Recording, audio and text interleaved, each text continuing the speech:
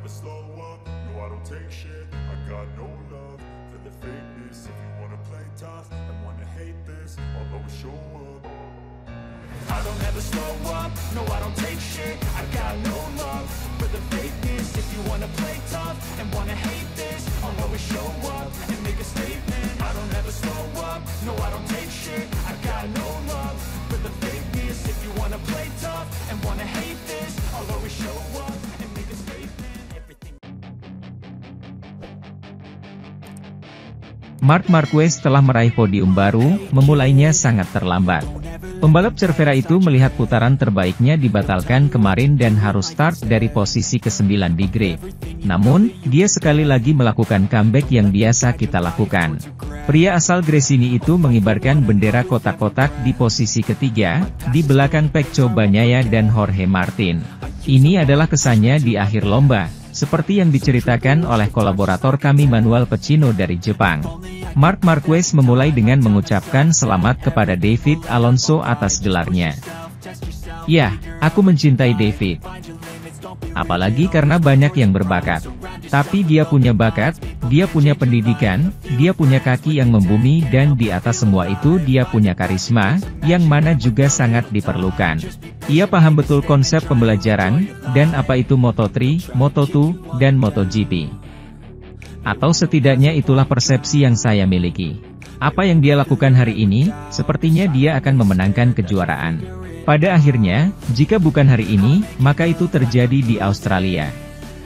Tapi saya berharap dia memiliki masa depan yang cerah. Saya tidak akan menjadi orang yang menekannya, karena setiap anak membutuhkan waktunya. Tahun depan dia akan melakukan kesalahannya, tapi saya mendoakan yang terbaik untuknya di masa depan.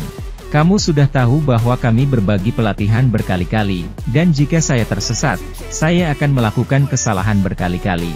Dia juga memuji cara dia meraih gelar tersebut. Hal yang baik tentang menjadi 18 tahun adalah Anda tidak menyadari apa yang Anda lakukan. Dan saya menjalaninya melalui pengalaman dan saya menjalaninya sekarang dengan cara yang sangat berbeda. Ketika Anda seusia itu, Anda tidak begitu menyadari apa yang Anda dapatkan. Dan menurutku dia menikmatinya. Dia punya bakat, dia punya kecepatan, dan yang dia lakukan hanyalah tampil maksimal di lintasan. Jadi, selama dia terus seperti ini, dengan tetap membumi, dengan pendidikan yang dimilikinya, dan yang terpenting, dengan pengetahuannya. Itulah yang membuat perbedaan. Sementara itu, kita tentu tidak bisa menyalahkan Jorge Martin yang tidak berusaha meraih kemenangan, meski start dari grid keempat di MotoGP Jepang. Namun, ia nyaris kehilangan segalanya 3 lap menjelang finish dan lebih memilih mengamankan posisi kedua. Sebagai seorang pesaing sejati, Jorge Martin hampir tidak bisa puas melihat orang lain selain dirinya menang, dan terlebih lagi jika itu adalah lawan utamanya dalam perebutan gelar. Namun pebalap Spanyol itu, yang telah bekerja keras dalam mengelola balapan yang tidak bisa ia menangkan, sekali lagi membuktikan di Motegi betapa banyak kemajuan yang ia capai tahun ini, mengukur serangannya tanpa melakukan overdrive untuk memvalidasi jumlah poin maksimum yang mungkin. Setelah finish keempat dalam sprint, ia finish di podium kedua akhir pekan ini.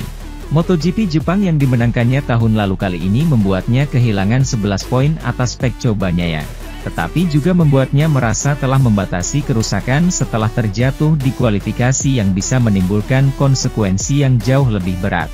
Ke-11 di grid, Martin sekali lagi memiliki awal yang sangat baik pada hari Minggu ini, tidak sebaik kemarin menurut dia. Tapi cukup untuk memungkinkan dia untuk mendapatkan 7 tempat di lap pertama, menyalip Marc Marquez. Enea Bastianini dan Brad Binder sulit, mereka sangat kuat dalam pengereman jadi saya harus mengambil lebih banyak risiko dibandingkan kemarin. Tapi kecepatannya bagus, saya sedikit lebih cepat dari kemarin. Cerita pebalap Pramac yang baru mengincar Bagnaia sejak lap ketiga. Itu kemudian menjadi duel panjang dengan jarak yang terbuka di antara mereka. Dengan jarak yang bervariasi dari 1/10 hingga 1/10 tergantung pada serangan yang satu dan respon yang lain. Marc Marquez sekali lagi meraih podium di Grand Prix Jepang. Tempat ketiga yang, bagaimanapun, tidak menimbulkan antusiasme khusus di kalangan pembalap Spanyol, dipegang oleh kedua pemimpin tersebut. Kualifikasi ke-9 dan sedikit pusing akhir pekan ini, Marc Marquez, di atas kertas, bukanlah favorit untuk naik podium. Namun, juara Spanyol itu kembali membuktikan kemampuannya dengan kembali mengamankan posisi ketiga di finish GP Jepang, hasil yang sudah didapatnya di sprint race kemarin. Balapan yang membosankan tapi taktis, rangkumnya di situs resmi MotoGP. Ini adalah definisi yang sangat pribadi mengenai apa yang dimaksud dengan kebosanan, terutama karena pada lap pertama ia berhasil meraih 6 posisi. Namun faktanya sisa balapan membuat sang pesaing merasa lapar. Membosankan karena tidak ada yang menyalip, dan saya suka menyalip, jelas Marquez. Saya melakukan comeback yang bagus, dengan lap pertama yang bagus, akunya. Namun, ketika berhasil menyingkirkan semua orang yang harus disalipnya, pada lap kelima, pembalap Gresini itu sudah mengumpulkan di belakang dua terdepan. Pecco Bagnaia yang memimpin di depan Jorge Martin. Jelas, saat Anda start dari depan, semuanya berbeda tapi saya start di posisi ke-9. Saya melakukan lap pertama dengan baik, tapi juga tidak sempurna karena di tikungan 10, saat Jorge menyalip saya melewatkan sedikit akselerasi. Lalu Miller melewati saya di giliran 11 dan saya kehilangan waktu.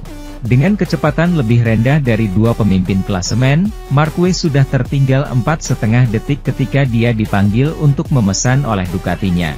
Saya memulihkan banyak posisi tetapi ketika saya berada di posisi ketiga, jaraknya sudah terlalu jauh. Saya mencoba untuk terus bergerak maju, lagi, dan pada satu titik saya berkata pada diri sendiri bahwa saya akan menyerang. Tapi menyerang berarti mengambil lebih banyak risiko pada titik pengereman dan saya melebar di tikungan 1. Saya kehilangan 1,5 detik dalam satu lap. Sementara itu, balapan Joan Mir dan Alex Marquez berakhir dengan insiden tak biasa di GP Jepang.